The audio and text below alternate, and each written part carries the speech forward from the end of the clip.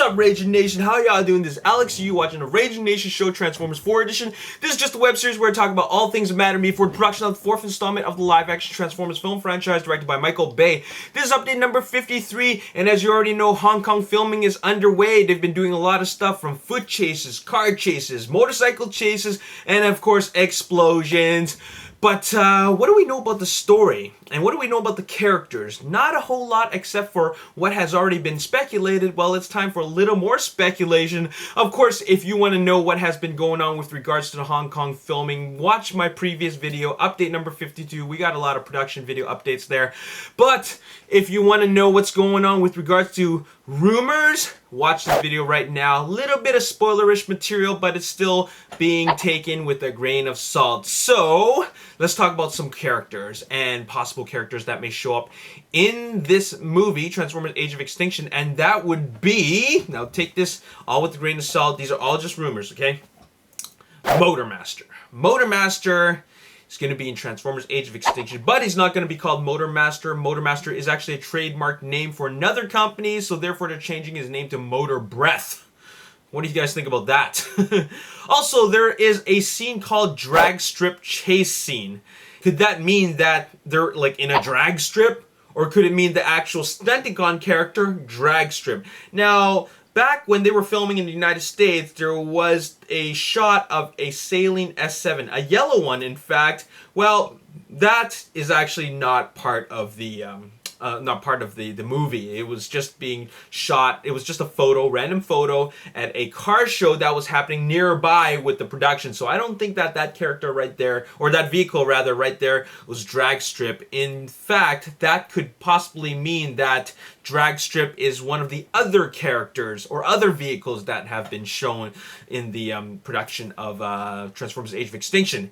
Now, there's talk about a possible combiner. Now, we already know that Stunticons are going to be in this movie. I mean, you can call them whatever you want, but I personally believe that they're going to be called Stunticons, just like how in Revenge of the Fallen, they never actually refer to them as Constructicons, but we all know they're Constructicons. Well, Stunticons are in this movie. And, well, the rumors that there's a combiner. Okay, and it might as well be Menasor, because you already got Motormaster, or Motor Breath rather, you got Drag Strip, and you got a bunch of other really sweet rides in this movie, so I'm thinking that Menasor is in this movie. And that would be cool if we get that. Maybe that's what we're going to see when they start shooting in Beijing, because keep in mind, these big Beijing landmarks, you know, the Bird's Nest and the Water Cube and the big, the other building, you know what I'm saying? That is supposed to all get blown up. And how could they possibly blow that up unless you're a giant combiner, like a big hulking, you know, Transformers robot Decepticon? So there you have it. Now, the Pagani Huayra, the mysterious Pagani Huayra, where a lot of people are just speculating the name. I mean, the character. It's supposed to be Hot Rod. So, what do you guys think about that? I mean, it's very fitting, but I don't think it's going to be called Hot Rod. I think it's going to be Rodimus. Hot Rod is a name that's also been trademarked from another company that has nothing to do with Transformers, so most likely it's not going to be called Hot Rod. In fact, it would probably most likely be called Rodimus. Now, this hasn't been, I mean, this isn't like anything new. Name changing at the last minute isn't anything that's new to the production. I mean, they changed it from Mirage to Dino like before, just months before the movie was released. So just letting you know that they could change the names at any moment. I mean, originally they were calling it Slingshot, but then they decided to call it Crosshairs. I mean, I'm talking about the Corvette. All right, so there you have it. And another thing is that the Unicron gang are going to make an appearance in Transformers Age of Extinction, and that would be Galvatron, Cyclonus, and 3 sweeps. They're going to be 3 sweeps. So that's all rumors. Everything that I've said before this point right now is all rumors. You can take it all with a grain of salt, but it just leaves us with some speculation, some excitement, and something to really get our minds kind of provoked. So there you have it. Now let's talk about some solid information, okay? The Bumblebee robot mode has kind of been revealed, and it's been kind of revealed in this Bumblebee costume, this 2014 costume release of Bumblebee. Now we get to kind of see what Bumblebee looks like, and as you already know, just like the Optimus Prime toy that was revealed at New York Comic Con, the heads will remain the same. Now maybe they're just tweaked a little bit, but you have to have Bumblebee and Optimus Prime recognizable. So Bumblebee's head in the 2014 movie, Transformers Age of Extinction, his head will still remain the same. Maybe they tweaked it a little bit, but it still looks the same essentially. Now, you can't change a whole lot about like what Bumblebee looks like just because, well, he's all yellow, okay? While Optimus Prime, on the other hand, in Transformers Age of Extinction, he's kind of all blue. He's a mix of, it's a combination of red and blue. So therefore, this time around, he's more blue than he is red.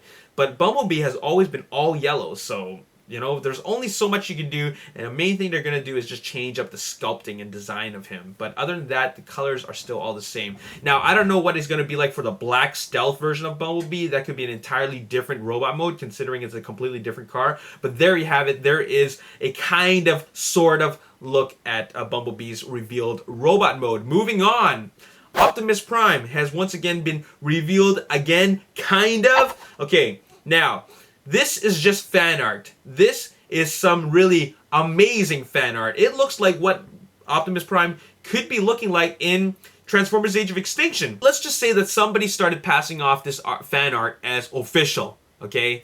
And this fan art is circling all over the internet, and a lot of people believe it's official. It's not. It is fan art. It doesn't mean it's fake. It just means it's fan art, okay? Fan art is not fake. But when someone passes something off as official, when it's not, that is fake, okay? That is false, okay? Now, in some websites, this fan art has been taken down from Paramount because they're doing damage control. I think that they're doing damage control because they don't want whoever it is to pass off this as the official Optimus Prime release. Whatever the reason why Paramount may be taking down this photo down, it doesn't matter what it is, but the fact is that next year or later on this year, they're going to officially release the official look of Optimus Prime in his robot mode. That's going to happen later on, but while that hasn't happened, they don't want anybody passing off their designs as official, okay? So that is what's going on right now. But let me just tell you something, okay? There's so many ways that Optimus Prime can look. We've already seen the toy, and therefore his official look can't look all that much different from the toy. It'll look better, but we already know the chest design, and we already know what his physical appearance is going to look like. It can't look that much different from this fan art from Tunican. Okay, this fan art that this fan artist who goes by the name of Tunican drew this, and it looks great. And I think that Paramount wants this photo taken down mainly because of the fact that it looks very similar to the official art of Optimus Prime. So if you want to know what Optimus Prime looks like, kinda, sorta, then Tunican's artwork is the way to go. So check that out, and there you have it. Now, the final thing that I want to talk about is this banana. No, that's not what I want to talk about. This is my dinner. It's not dinner time yet. Anyways, I'm done talking about my dinner.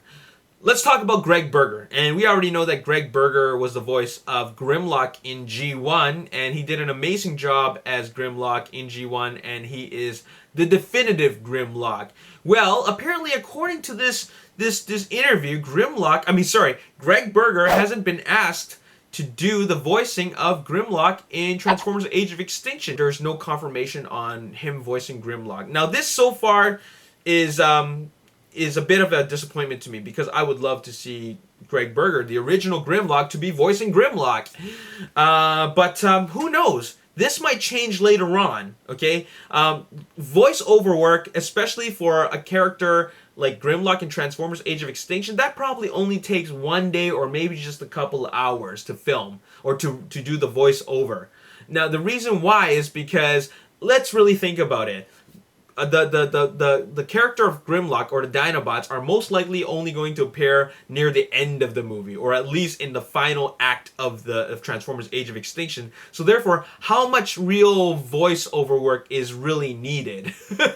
So Greg Berger might be called upon at the very last minute for voicing Grimlock. And if anything at all, it is quite possible that Grimlock won't be having any actual lines in English.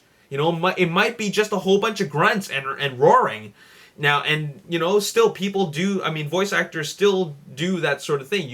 They might get really good professional voice actors just to do roaring and growling and all that stuff. But at the end of the day, I personally believe that the Dinobots, they're probably not going to speak English. Because they did land on Earth 65 million years ago, or you know, however many years ago, and they are only being revived now. So how much real time is there to learn the Earth's language? So I think that Grimlock and the rest of the Dinobots are not going to speak English. I think they're just going to roar and growl and all that stuff. And if they get Greg Berger, then awesome. If they don't, then that's really unfortunate. But still, I'm pretty sure that we're still going to see Dinobots.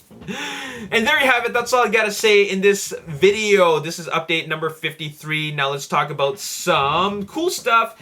And Jay Buttlig from the Ragin Nation sent me this cool meme, and it's a guy's house, and it says, "You came to the wrong neighborhood, Fleshling," and you have Optimus Prime, Bumblebee, and Barricade and Megatron guarding the front of the house, and it is awesome. I would love to see that in person, so thanks for sending me this photo. And also, we got some cool collections, of course. It's collection photo time, and we got a collection photo from Mario, and Mario has a pretty sweet collection. And what I like about Mario's collection is that it is being displayed in this sweet shelf with a light. You know, this light really brings out all the colors, and we got everything from Prime to third party to masterpieces to Fall of Cybertron. So a little bit of everything. So cool collection, Mario. And also we got a collection from Nick. And what we have here is 2 D12 cases from IKEA. And we got nothing but masterpieces, which is a great series of Transformers to collect. It looks like it's a pretty complete collection. We got Optimus Prime, Ultra Magnus, 3 of the cars, Tiger Track, Sideswipe and Red Alert, Rodimus, Grimlock, and also a lot of Decepticons. In fact, all the Decepticons. You got the Seekers, you got the Acid Storm and Sunstorm, and of course Soundwave. So really sweet. And then the final collection is from Marcus Ford, and he's got a jumbo collector's case from G1. Now, I don't know exactly what else is there to see other than this jumbo collector's case front, but I can tell it's a very vintage, classic piece of collectible stuff.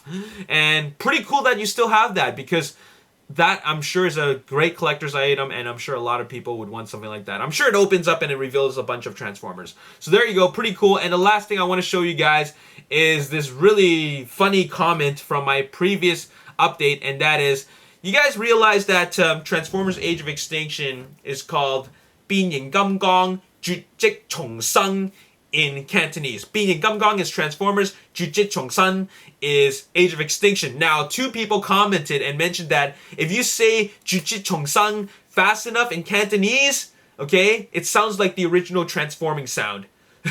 And I thought that was hilarious.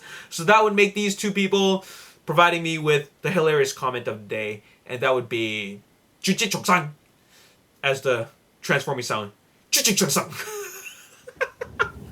That kind of works. 絕跡重生, 絕跡重生.